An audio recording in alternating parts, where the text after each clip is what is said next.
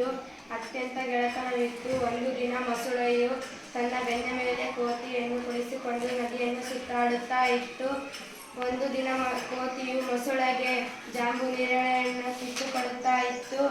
ಒಂದು ದಿನ ಮೊಸಳೆಯು ತನ್ನ ಹೆಂಡತಿಗೆ ಜಾಂಬು ನೇರಳೆಹಣ್ಣನ್ನು ತಗೊಂಡು ಹೋಯಿತು. ಒಂದು ದಿನ ಹೇಳಿತು, ಮೊಸಳೆ ಹೆಂಡತಿ ಹೇಳಿತು, ನಿನ್ನ ಗೆಳೆಯ ದಿನಾಲು ತಿನ್ನುತ್ತಾನೆ, ಅದಕ್ಕಾಗಿ ನಿನ್ನ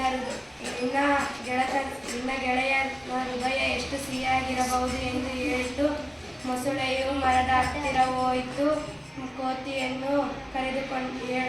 ಕೋತಿಯನಿಗೆ ಹೇಳಿತು, ನನ್ನ ಹೆಂಡತಿ ತರತರದ ಅಡಿಗೆಯನ್ನು ಮಾಡಿದ್ದಾಳೆ, ಅದಕ್ಕಾಗಿ ನಿನ್ನನ್ನು ಕರೆದಿದ್ದಾಳೆ ಎಂದು ಹೇಳಿ ಕರೆದುಕೊಂಡು ಹೋಯಿತು.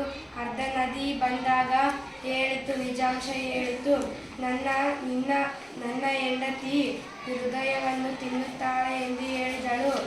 ಕೋತಿಯು ಬುದ್ಧಿವಂತಿಕೆಯಿಂದ, ನನ್ನ ಹೃದಯ, ಏ ಗೆಳೆಯ, ನನ್ನ ಹೃದಯ ಮರದ ಹತ್ತಿರ ಇಟ್ಟಿದ್ದೇನೆ ಹೇಳಿತು.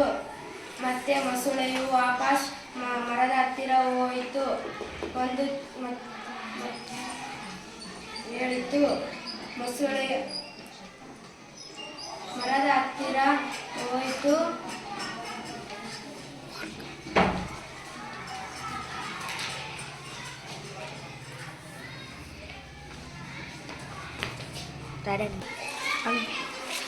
ಏ ಮೂರ್ಖ, ನಿನ್ನಗೆ ಮಿತ್ರನನ್ನು ಸಾಯಿಸಲು ಹೊರಟಿದ್ದೀಯಾ?